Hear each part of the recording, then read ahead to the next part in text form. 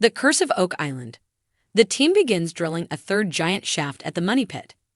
This week on The Curse of Oak Island, the team started drilling a third 10-foot wide steel caisson shaft at the Money Pit on the site of the old Dunfield excavation. The guys believe that Robert Dunfield came close to retrieving the treasure in 1965, but that he couldn't dig deep enough. The Oak Island team is now planning to fix that. First off, there was disappointment at the Money Pit, which, unfortunately, is something we're all getting used to. Shaft number 2, otherwise known as Early Christmas 1, EC1, was brought to an abrupt end after the hammer grab began hitting hard rock. There was no Early Christmas this year, as the guys called a halt to drilling. That's 2 shafts down and only 2 more to go. The team reconvened in the war room to determine where to put the third shaft, and they opted for the site of the previously drilled borehole F4, which is very close to the C1 cluster. This new site is a bit of a no-brainer. The F4 borehole revealed the highest concentration of gold and silver in the water samples taken last year, which suggests a large deposit of precious metal is down there. New Money Pit shaft will follow the Dunfield excavation. This new position is right over the deepest site of the Dunfield excavation. From 1965 to 1966, Robert Dunfield made a gargantuan effort to retrieve the treasure by digging a massive hole at the Money Pit that was 100 feet wide and 140 feet deep, but sadly it ended in failure. Dunfield had been aiming for a depth of approximately 150 feet, but he suffered from constant cave-ins, floodings, and bad weather, meaning he abandoned the project at 140 feet. The Lagunists suspect that he just wasn't deep enough and that with their modern technology, they can do a better job. Let's hope so. Team needs to move fast as winter is coming to Oak Island. The team will need to move fast. The guys were already muffled up wearing heavy coats, meaning that winter and the end of the season will be coming soon. The first 2 shafts were open to much fanfare, but the third, not so much. The team clearly just wanted to get on with it. The new shaft was named DH-82 after veteran Oak Island treasure hunter Dan Henske.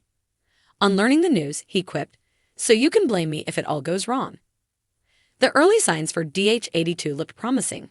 The drill team encountered little resistance and reached 75 feet very quickly. And, towards the end of the episode, the hammer grab started pulling out large timbers. This wood appeared old and looked to have been cut using old-fashioned tools.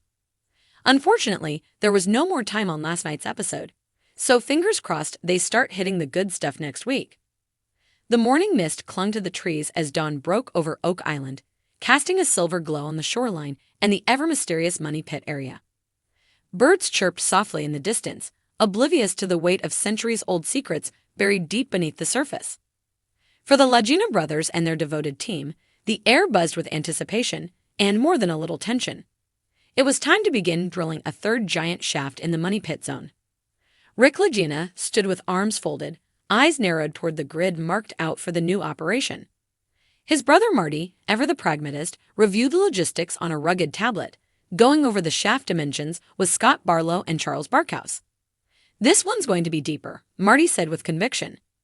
"Deeper, wider, and smarter." The third shaft was no ordinary hole in the ground. It was a bold new attempt, perhaps their boldest yet, to crack the Oak Island mystery. After more than a decade of setbacks, false leads, and tantalizing clues, the team believed they were closer than ever before to intersecting the original 1700s-era flood tunnels. And perhaps, finally, to uncovering the fabled treasure long whispered about in legend. The lost manuscripts of Shakespeare, Knights Templar relics, Spanish gold, or all 3. "Let's just hope this one doesn't collapse like the last," murmured Craig Tester, casting a wary glance at the towering drill rig that had been carefully assembled on a new wooden platform. The last massive shaft, Shaft 12, had shown promise before flooding in a torrent of seawater, courtesy of the booby-trapped flood tunnels that had foiled treasure hunters for over 2 centuries.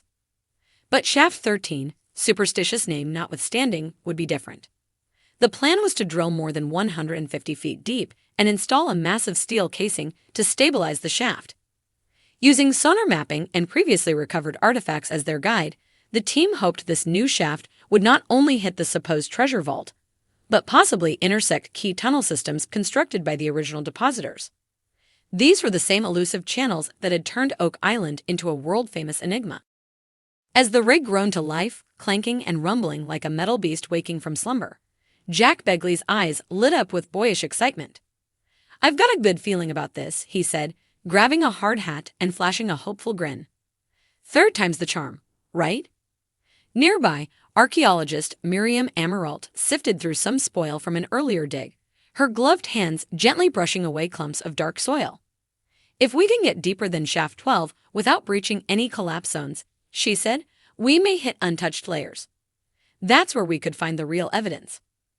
Doug Crowell hovered beside the operations tent, clutching his research binder like a sacred text. "This is where history and geology align," he said, flipping to a 1700s map believed to be drawn by someone with knowledge of the original dig site. "If this map's right, and I believe it is, then shaft 13 is practically sitting on top of the original money pit." The hum of anticipation mingled with the roar of machinery as the drill descended inch by inch into the earth. The first core samples came up wet, muddy, and seemingly ordinary, but to the trained eye of Dr. Ian Spooner, they were anything but. "There's organic material here," he said, pointing to dark discolorations in the core. "Peat, old wood, possibly coconut fiber. Could be remnants of the original flood system." That was a game changer. Coconut fiber was not native to Nova Scotia and had long been considered a key component of the flood traps protecting the Oak Island vault. Its presence meant the team was possibly on the edge of something big, something buried with purpose. Hours passed, turning into days as the team rotated in shifts, eyes on monitors, scanning each new depth level. Core after core emerged and tensions mounted. Then, on day 4, something glittered in the slurry basin beside the rig. Gary Drayton, the team's metal detecting expert and resident treasure whisperer, rushed over with a gleam in his eye. "Holy Shamily!" he exclaimed, plucking a small, gold object from the muddy water. "Looks like part of a brooch, could be 18th century, maybe older." Everyone gathered to get a closer look, even as the drill team continued pushing the shaft deeper. The artifact was small, ornate, and carried symbols that Rick thought looked vaguely Masonic. The implications were massive. Could it belong to someone tasked with guarding the treasure? Could it point to a specific group, perhaps even the Templars? "I think we just stepped into the right chamber," Rick said, voice low with awe. But Oak Island never gives up its secrets easily. As the team drilled deeper, seismic sensors began registering subtle ground shifts. Water seeped in through the shaft's lower section, bubbling ominously like some forgotten beast stirring in the deep.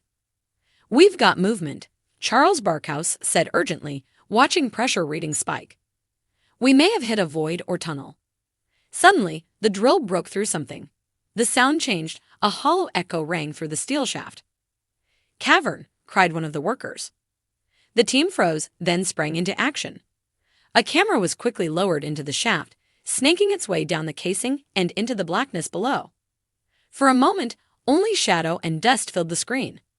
Then, as the camera stabilized, a structure came into view, squared-off timber beams, waterlogged and ancient, forming what looked like the top of a chamber or tunnel. Everyone in the war room leaned in closer. "There's something down there," Marty said, pointing. "Zoom in." The camera's focus sharpened. There, beneath the beams, was a glint of metal. Not just one, several. Possibly coins. Possibly more. "I can't believe it," whispered Rick. In that moment, hope surged through the team like electricity. After years of digging, researching, analyzing, and dreaming, they were on the cusp of discovery. Shaft 13 wasn't just another hole in the ground. It was a potential doorway to unraveling the greatest archaeological mystery in North America. But Oak Island still held its breath. Would they find treasure or just more questions? As night fell and the crew secured the site, Rick turned to the team, his voice steady and filled with wonder. "We're not done yet. Whatever's down there, we're closer than we've ever been." And so the quest continued. The third giant shaft had begun to speak. Now it was only a matter of time before Oak Island would decide whether to whisper its secrets or keep them buried for another generation.